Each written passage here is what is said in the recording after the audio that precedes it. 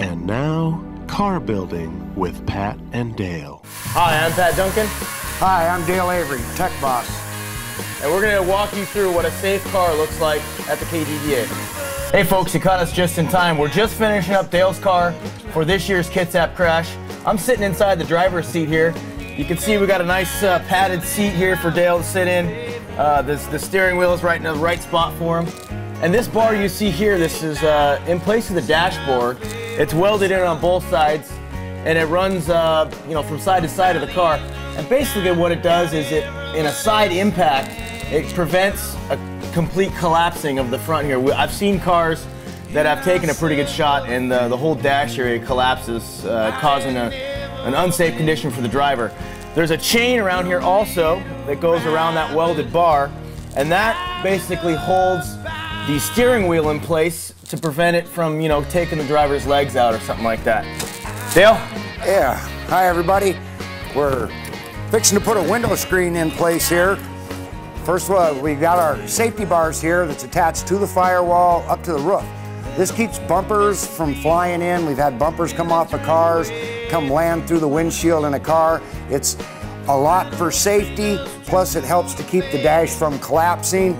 The window screen that we have, that we were just fixing to put on when you guys caught us, this keeps the smaller debris, bigger chunks of dirt and rocks out of the driver's face.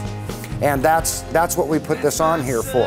And you'll notice, Dale, you talked about, we got a gap here, you talked about it holding together. That's that keeps the Chevys, the distributor is on the back of the engine, right? Exactly. And what you'll notice what's going to happen in tonight's Derby is the front of this car should come up, Dale. You want to talk a little bit about that? Yes, what happens normally when you hit flat with a Chevy, it has a tendency to roll the frame up at the firewall.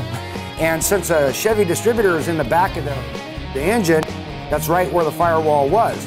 But when you cut this out, this will let this whole engine and transmission bend up and actually raise up, and it will come up to this opening so it won't bust the cap, and your car can continue to stay running. In other words, you're just defeating your purpose. If we left this piece in here, then it'd take about 2 hits and this thing would be...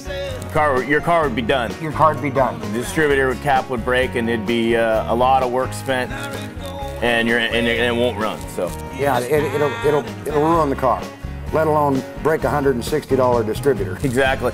Okay, next I'd like to talk to you a little bit about the side irons that are on a car, the driver's safety to keep the car from collapsing. These are, the maximum length is 6'6", and they have to be at least 8 inches wide. These are so another car with its bumper or anything can't just smash your car in and bend it over on the driver. As you can see, it's secured with 1-inch bolts all the way through the car, through the door, in 3 locations. Your main location is your A-pillar on your car, because that holds all the strength of the car on the front end, so this bar cannot pry out from the car. And these are very important to get these on right like they should. They're not supposed to be slanted, but they have to be a good quality steel so they don't bend. But I think we'll let Pat show you what they look like inside and how they're connected. Right, and you talked about the 1-inch bolts that go through and connect them. Now you'll see this here is a typical Chevy setup. It's called an H-bar. This is also thick grade steel, and it runs from the other side, which has an iron out there too. So basically, when you bolt this thing tight, it's like a sandwich, and it makes one piece out of this, both side irons and the H-bar.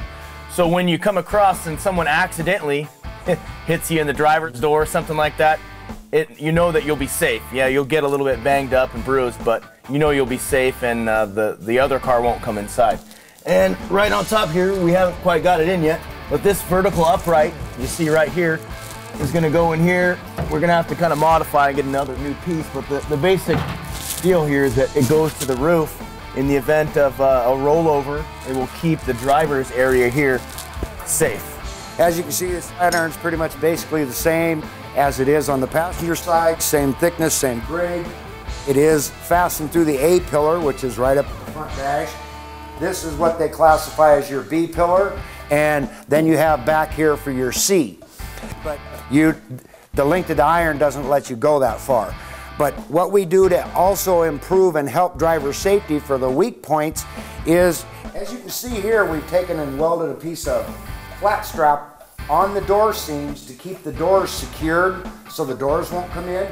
You'll see we've done it on the center. You'll see we've done it up here on the rear on a 4-door car.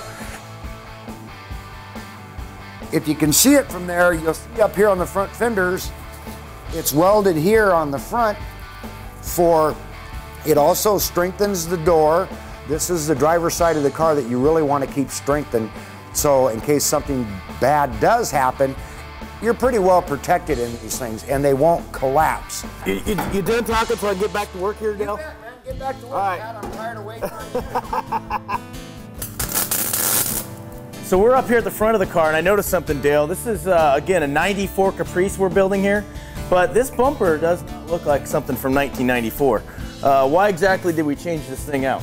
Well, Pat, when I went ahead and we stripped the car down to where we could work on it, this had a big plastic case bumper wrapped all the way around the whole front end of this car. And when I got all that off, it just had one little bitty square piece of tube that was stuck on the frame here.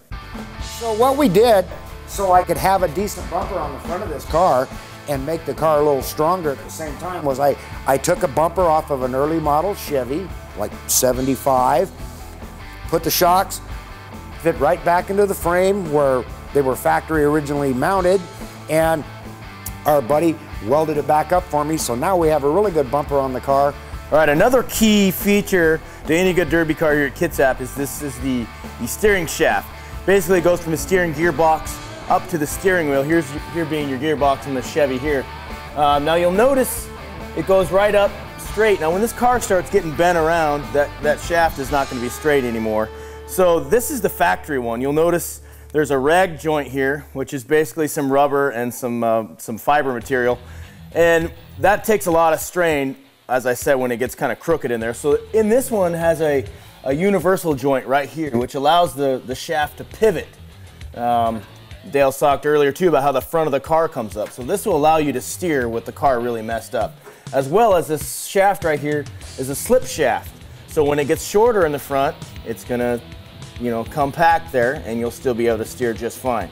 If you didn't change it out, you'd spend a lot of time and not have a long derby. And Dale, you want to talk a little bit about what you've done to the frame up here? Well, at Kitsap, we are allowed to seam weld the frames on the cars. As you can see, the factory seams that are on these, they're where one part of the frame overlaps the other. You weld this all the way. Anywhere there's a factory seam on the car, you're allowed to weld it. All the way from clean up to the front, from the bumper, all the way. And if you look back down in that little bitty hole, you can see right back down there on the frame, goes down by the firewall, is all welded. And you can do that through the whole length of the car if you have enough energy that you want to take the body completely off the car and weld the frame. But we not only do it on the top, also when we have the car up in the air, we do weld the bottom seam. There's two seams on these frames. They're one on top, one on the bottom. It's just like two pieces of channel put together, overlapping, so you have to go back and re-weld the factory seams because they don't do that good of a job when you do. Yeah, they kind of just tack weld it in spots. Yeah, you can see it. It goes, and then there's a miss, and then a little more here, and it's like, if you want a good car, that's what you really need to do. So we're talking about taking a factory car, basically reworking the whole thing. 1, to make it safe, 2, to make it strong, and 3, to hopefully win. And hopefully win. It definitely lasts longer when you do that to them. All right, thanks Dale, appreciate it. Thanks Pat, not a problem buddy.